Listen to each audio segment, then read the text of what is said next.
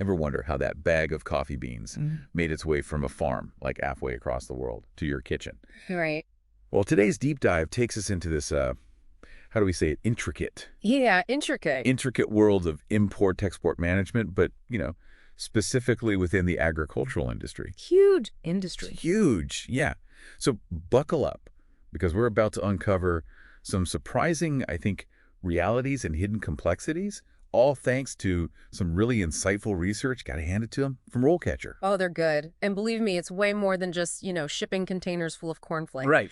This is about, orchestrating a global dance of Sure. logistics, regulations. You've got your cultural nuances, your high-stakes negotiations, all while ensuring food security and navigating those ever-shifting demands, of the global market. Okay, global dance. I love that analogy. It's a good one. It is a good one.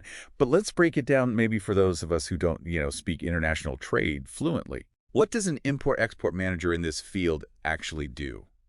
Like day to day? Okay, so think of them as the conductors of a global orchestra. But instead of instruments, right, they're coordinating farmers, Okay. shipping companies, your customs officials, those constantly changing market demands, right? Right. Their job is to ensure, essentially, the seamless movement of agricultural raw materials, Okay. seeds, Uh-huh. and animal feed Okay. across borders, keeping the symphony, of global food supply chains in harmony. Oh, I see what you did there. Yeah, That sounds incredibly complex, it is. especially given, we're talking about the unique challenges of agricultural products here. Yeah. This isn't like shipping widgets or something. No. We're talking, these are perishable goods. Mhm. They're often subject to these really strict regulations. And then you've got factors like weather, even climate change, right? Exactly. And that's where that aha moment hits. This isn't just about understanding international trade laws, Right. although that's crucial. Don't get me wrong. Of course. It's about the deep knowledge of agricultural practices, Yeah. your supply chain logistics, and just the ability to navigate, those unexpected hurdles, like what happens when you have sudden policy changes or natural disasters, things that can just disrupt the entire flow. Yeah. It's like a domino effect. Exactly. So it seems like a career in import-export management in agriculture. This is not for the faint of heart. It's gonna have, You got to have it, right? Yeah. But for those who thrive in these fast-paced environments, who kind of have that, knack for problem solving Yeah. and possess that, I guess, healthy dose of resilience, Resilience is key. this could be incredibly rewarding, right? Oh, absolutely. And the RoleCatcher guide really emphasizes those personal qualities. They highlight this one story about a manager who faced a major shipping delay because of, get this, a volcanic eruption. Oh, wow. Right. And instead of panicking, she just tapped into her network, negotiated a new route through a different country, and managed to get that shipment delivered just in time for harvest. Wow. That's the level of adaptability, resourcefulness you need in this field. Talk about thinking on your feet. Right. That's incredible. But let's be honest, not everyone is cut out for that kind of, I don't know, it's a pressure cooker environment. It can be intense. Yeah. So aside from, a strong constitution, what specific skills do you really need to thrive in this, going back to your analogy, this global orchestra? Okay, well, some are obvious. You need critical thinking. Okay, yeah. Active listening, gotta have it. Uh-huh. Organization is key. But then there are the less obvious ones, Like what? like persuasion Okay, interesting. and social perceptiveness. Remember, you're constantly negotiating deals, often across cultural boundaries. You're building relationships with suppliers, Right. and you're navigating these unexpected hiccups. So the ability to read people, Yeah. understand their motivations, their goals, Mm-hmm. and adapt your approach accordingly. Crucial. It's like they say in poker, right?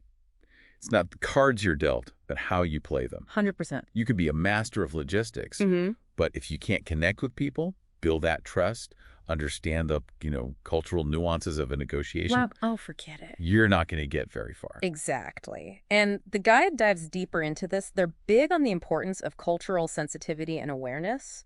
They actually give an example of a deal that completely fell apart because one party misinterpreted a gesture Oh, no. that was meant to be respectful as something completely different. Wow. And it highlights how crucial it is to be aware of these like unspoken communication styles It's so true. to build strong, lasting relationships. They say people do business with people. That's it. And that human connection just becomes even more critical, I think, when those people are separated by, you've got language barriers, time zones, cultural differences. So you need to be a bit of a global citizen, Right. comfortable navigating those complexities and differences. Absolutely. And that's something that, it becomes even more important as you progress, right? Okay. Moving from like that tactical to strategic decision making. Okay. So let's talk career trajectory. How does one even begin to climb the ladder in this field? Is it like internships? Is that where it starts? It often does. The guide, they stress the importance of like getting your foot in the door early. Yeah. Even if it's just shadowing someone. Right. Internships or, those entry-level positions in companies directly involved in agricultural import-export. Okay. They provide that invaluable hands-on experience, and you can't get that from a textbook. Right, because while a degree in international business or a related field, it's a great starting point. Sure, yeah. Nothing beats that real-world experience of, navigating customs forms. The nitty-gritty. Yes, understanding the nuances of different agricultural markets. Right. And just learning from those seasoned professionals, right? It's like the difference between, reading about a recipe and actually getting your hands dirty in the kitchen. 100%. You might know the ingredients, but the real magic It's in the doing. happens when you start mixing and tasting and adjusting on the fly. That's where those aha moments happen. When you face a real world challenge, you learn from, experienced professionals and you develop that, intuitive understanding of the industry that you can't get from a textbook. So let's say you've got that internship under your belt, maybe even a few years of hands-on experience. Right. What's the next, what's that next rung on the ladder? That's where this RoleCatcher guide gets really interesting. Okay. They've included these profiles Oh, cool. of individuals at different stages of their careers, I love that. giving us a glimpse into the day-to-day realities and responsibilities of each I level. love those real-world examples. The best, right. It's one thing to talk about the theory of import-export management, Sure. but seeing how those principles actually play out Yeah. in the lives of actual professionals. Right. Incredibly insightful. Absolutely. So let's take a look at, say, the junior import-export manager profile. Okay. This individual, they're talking about, having a couple of years under their belt, Okay. successfully coordinating cross-border operations, and even starting to develop their own import-export strategies. So it's no longer just about following instructions, Right. learning the ropes. They're actually starting to take That's ownership so- and shape the direction 100%. of the business. Precisely. They're conducting market research, identifying new business opportunities, Wow. and even fostering those strategic partnerships. So they're moving from tactical execution to Yes. strategic thinking, A picker. anticipating those market shifts, Right. positioning their companies for success. That's what they're doing. That requires a whole other level, I think, of foresight and analytical thinking. For sure. I imagine it's, like a delicate dance It is. between analyzing data and understanding global trends and building those strong relationships with, suppliers and partners. Exactly. And the guide emphasizes the importance of communication and relationship building at this stage. Okay. They share an anecdote about a junior manager who identified a new market Oh, wow. for a particular type of grain. Right. Okay.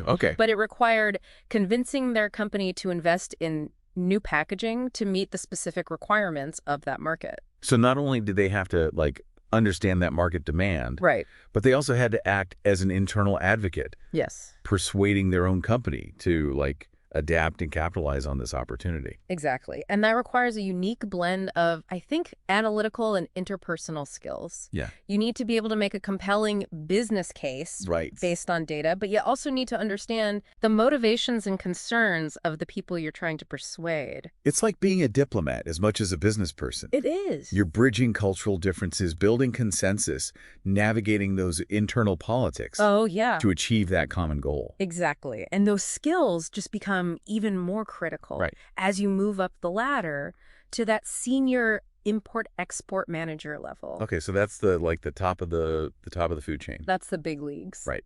so to speak. Okay. At this stage, you're not just managing your own projects. Right. You're leading a team overseeing complex global operations Wow. and shaping the strategic direction of the entire import-export department. So it's a whole other ball game in terms of responsibility and leadership. Oh, yeah. What specific qualities do those, I don't know, those at the top, what do they need to cultivate? The guide, they're big on strategic thinking, Okay. proactive risk assessment, Uh-huh. and mentorship as essential qualities of a Right. successful senior manager. They're not just reacting to problems as they arise, which, let's be honest, happens a lot. Oh, I'm sure. They're anticipating challenges, Right. putting contingency plans in place, Right. and just creating a culture of preparedness within their teams. That takes incredible foresight It does. and a deep understanding of not just the agricultural industry, Mhm. but also we're talking about geopolitics, economics, even climate patterns. Oh, yeah, they're keeping an eye on everything. These are the folks who can connect the dots, Yes. see the big picture, and make decisions that impact Huge impact. the entire supply chain. Absolutely.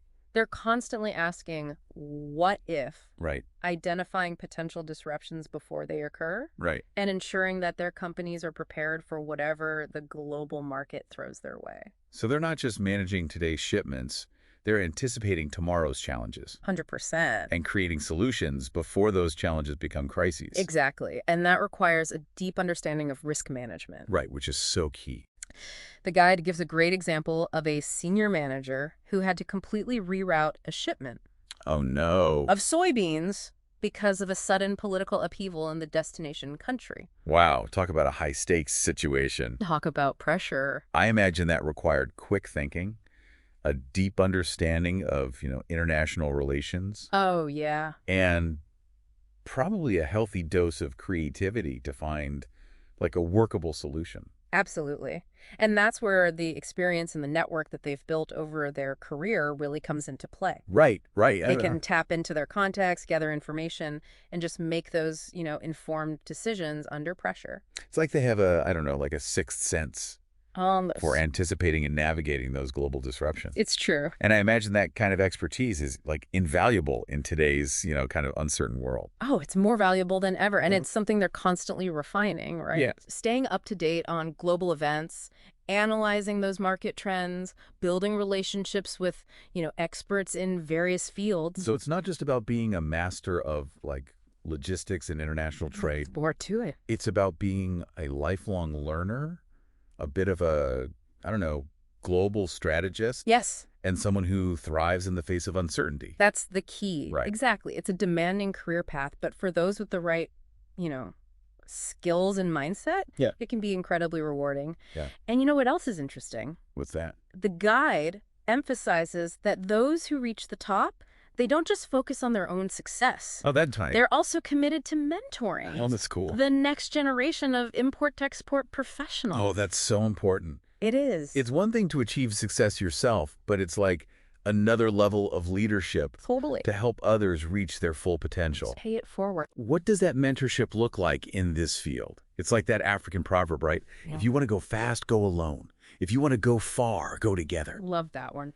And in this world of global trade, collaboration is key. Absolutely. And that's where this whole mentorship thing, that's where it becomes so crucial. Yeah. These seasoned professionals, they're not just passing down, technical knowledge. Right. They're sharing their experiences, their networks, their insights into how to navigate this often unpredictable world of international trade. It's invaluable. Totally. Yeah. And especially as the industry itself, let's be real, it's undergoing such a transformation. yes, a massive transformation. Yeah. All right, and we can't really talk about the future of import-export management without addressing, what's the saying? The elephant in the room? The algorithm in the spreadsheet, right? Oh, there it is. Artificial intelligence. It's Yeah. changing the game, my Yeah. friend. Okay, so let's unpack that. Let's do. Because we've already touched on, how technology is kind of streamlining processes, making things more efficient. Right. But how is AI specifically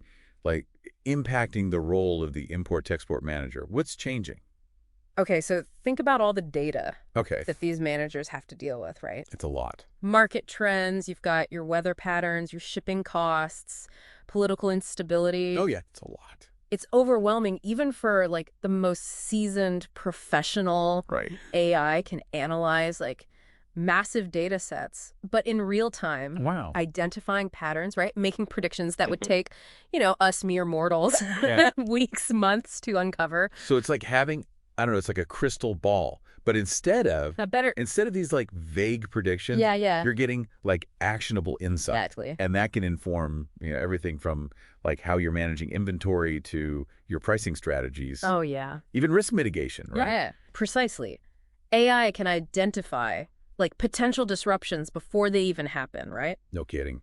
Giving businesses like a major competitive edge in this, let's be honest, increasingly volatile global market. That almost sounds, I don't know, too good to be true. It's pretty amazing. But what does that mean for, I don't know, for us, for the humans Right, in this whole equation? right. Are we obsolete? Are we all going to be, out of a job because of these super smart algorithms? I don't think so, and here's why. In fact, I'd argue that it actually makes the human element even more important. Okay, I'm listening. Because, yes, okay, AI can crunch numbers, right?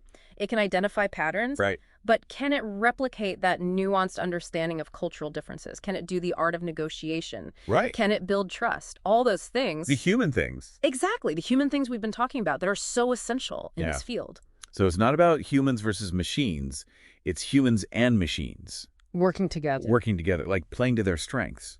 Exactly. Those who can leverage the technology, right, to enhance their own abilities, freeing up their time, right, their mental energy to focus on those, strategic, relationship-driven. Right, the stuff that AI can't do. Exactly. Those are the import-export managers of the future. It's about adapting, right, to that changing landscape, embracing innovation, constantly learning new skills to stay ahead of the curve. And speaking of innovation, we can't really forget about the impact of, like, e-commerce on all of this. Huge, right? It's like the whole world is a marketplace now. Absolutely. Commerce, it's democratized global trade in a way that we've never seen before. Yeah. You've got businesses of all sizes, and they have access to this, like, global customer base now. It's incredible. It is, but that also means, more competition, more complex logistics. Of course. And a greater need for, going back to it, cultural sensitivity. Right. Because you're dealing with customers from all over the world. So it's like a double-edged sword in a way. It is. It is. Incredible opportunity, Yeah. but also increased complexity, Right. And the pressure to, like, keep up, to adapt. Precisely. And that's where those core skills we talked about, your adaptability, your problem solving, your cultural intelligence, those become even more important. It's like you have to be firing on all cylinders. You got to bring it all. Yeah. The import-export managers who can, navigate this new landscape, who can balance the efficiency of technology with that human touch of relationship building. Those are the ones that are going to thrive. So it sounds like it's about, about understanding that the world is changing faster than ever. Faster than ever before. Yeah. And kind of embracing that change. Right. With, like a spirit of curiosity, a willingness to learn. 100%. It's about being, agile, innovative, and always asking, what's next? What's next? Exactly. Yeah. Because one thing's for sure, the world of import-export management, it's never going to stand still. Never. And that's what makes it so, dynamic and rewarding. Well said. Well said. So as we kind of wrap up this deep dive here. It's been a journey. It has. It really has. I hope our listeners have just a clearer picture. Yeah. Of what it really takes to succeed in this, we've said it before, but this fast-paced, ever-evolving field. Because it's not just about moving, products across borders. It's bigger than that. It's about building those bridges, like we were saying, between cultures, navigating those complex global challenges. Making a difference. And ultimately, I think, contributing to a more, interconnected and sustainable world. That's what it's all about. And if you're up for the challenge, if you're out there listening. If you thrive on this kind of problem solving, you embrace the unexpected. Yeah. Then maybe, just maybe, import-export management. This is it. This is that global adventure you've been waiting for. Get on that plane. That's what I say. I love that, a global adventure. And to our listeners, whether you're, just starting your career journey or you're looking for that next big challenge, remember, the world is full of opportunities. Amen to that. So keep exploring, keep learning, and who knows, maybe we'll see you out there on the global stage. Come join us. It's fun out here. It sounds like it. Until then, thanks for joining us on this deep dive. I really appreciate it. My pleasure as always. And as always, to our listeners, thanks for listening.